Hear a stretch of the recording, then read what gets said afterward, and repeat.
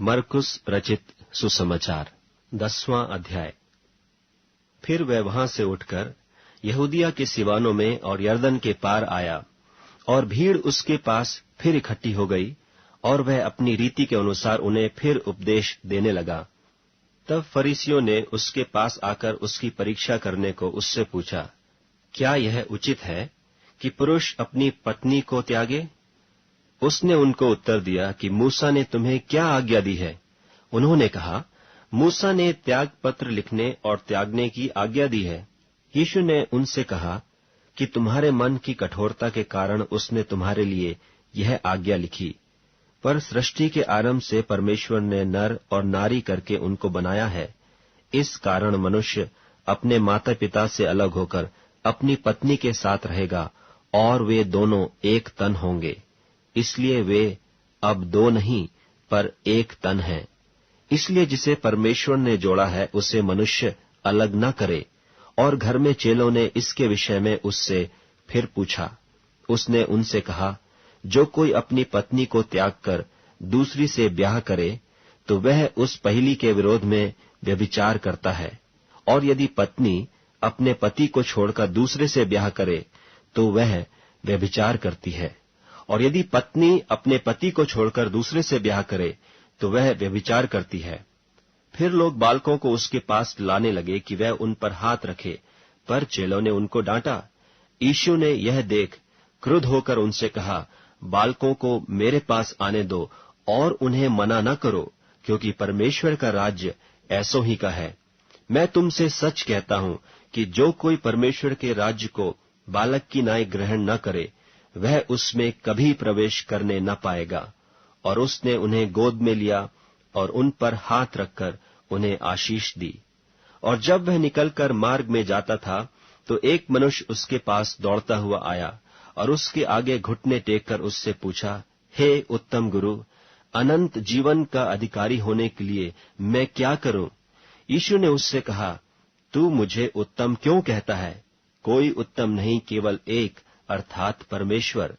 तू आज्ञाओं को तो जानता है, हत्या न करना, व्यभिचार न करना, चोरी न करना, झूठी गवाही न देना, छल न करना, अपने पिता और अपनी माता का आदर करना।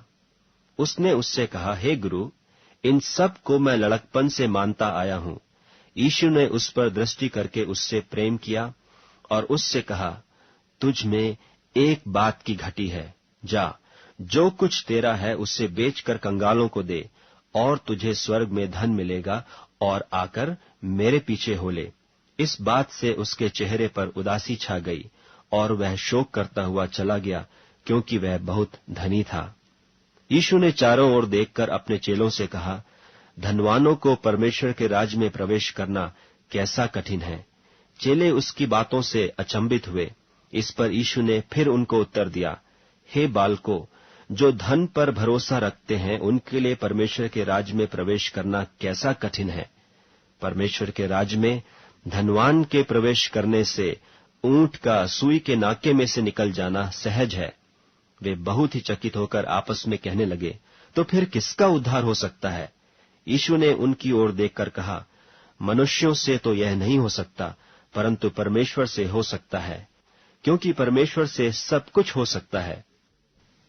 पतरस उससे कहने लगा कि देख, हम तो सब कुछ छोड़कर तेरे पीछे हो लिए हैं।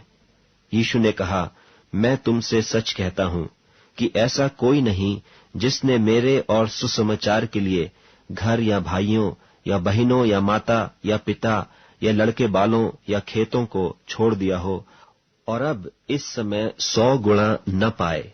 घरों और भाइयों और बहनों और माताओं और लड़के बालों और खेतों को पर उपद्रव के साथ, और परलोक में अनंत जीवन। पर बहुतेरे जो पहले हैं पिछले होंगे, और जो पिछले हैं वे पहले होंगे। और वे यरूशलेम को जाते हुए मार्ग में थे, और यीशु उनके आगे आगे जा रहा था। और वे अचंभा करने लगे, और जो उसके पीछे पीछे चलते थे डरने लगे।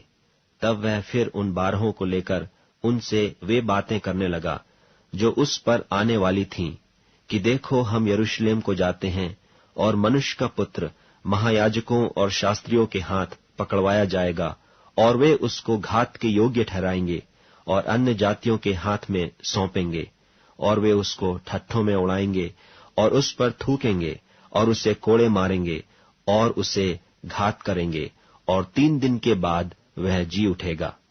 तब जब्दी के पुत्र याकूब और यूहन्ना ने उसके पास आकर कहा, हे गुरु, हम चाहते हैं कि जो कुछ हम तुझसे मांगे वही तू हमारे लिए करे। उसने उनसे कहा, तुम क्या चाहते हो कि मैं तुम्हारे लिए करूं? उन्होंने उससे कहा कि हमें यह दे कि तेरी महिमा में हम में से एक तेरे दाहिने और दूसरा तेरे बाएं बैठे। यीशु ने उनसे कहा, तुम नहीं जानते कि क्या मांगते हो। जो कटोरा मैं पीने पर हूं, क्या पी सकते हो? और जो बपतिस्मा मैं लेने पर हूं, क्या ले सकते हो? उन्होंने उससे कहा, हमसे हो सकता है। यीशु ने उनसे कहा, जो कटोरा मैं पीने पर हूं, तुम पियोगे, और जो बपतिस्मा मैं लेने पर हूं, उसे लोगे। पर जिनके लिए तैयार किया गया है, उन्हें छोड़ और किसी को अपने दाहिने और अपने बाएं बिठाना मेरा काम नहीं। यह सुनकर 10 याकूब और यूहन्ना पर रिसियाने लगे, और यीशु ने उनको पास बुलाकर उनसे कहा, तुम जानते हो कि जो अन्य जातियों के हाकिम समझे जाते हैं, वे उन पर प्रभुता करते हैं, और उनमें जो बड़े हैं उन पर अधिकार जताते हैं। पर तुम में ऐसा नहीं है, वरन जो कोई तुम में बड़ा होना चाहे वह तुम्हारा सेवक बने, और जो कोई तुम में प्रधान होना चाहे वह सबका दास बने। क्योंकि मनुष्य का पुत्र इसलिए नहीं आया कि उसकी सेवा टहल की जाए, पर इसलिए आया कि आप सेवा टहल करे और बहुतों की छुड़ौती के लिए अपना प्राण दे। और वे यरीहो में आए, और जब वह और उसके चेले और एक बड़ी भीड़ यरीहो से निकलती थी, तो तिमाई का पुत्र बरतिमाई, एक अंधा भिखारी, सड़क के किनारे बैठा था। वह यह सुनकर कि यीशु नासरी है, पुकार पुकार कर कहने लगा कि हे दाऊद की संतान यीशु, मुझ पर दया कर। बहुतों ने उसे डांटा कि चुप रहे, पर वह और भी पुकारने लगा कि हे दाऊद की संतान, मुझ पर दया कर। तब यीशु ने ठहर कर कहा, उसे बुलाओ। और लोगों ने उस अंधे को बुलाकर उससे कहा, ढाढ़स बांध, उठ, वह तुझे बुलाता है। वह अपना कपड़ा फेंक कर शीघ्र उठा और यीशु के पास आया। इस पर यीशु ने उससे कहा, तू क्या चाहता है कि मैं तेरे लिए करूं? अंधे ने उससे कहा, हे रब्बी, यह है कि मैं देखने लगूं। यीशु ने उससे कहा, चला जा, तेरे विश्वास ने तुझे चंगा कर दिया है। वह तुरंत देखने लगा और मार्ग में उसके पीछे हो लिया।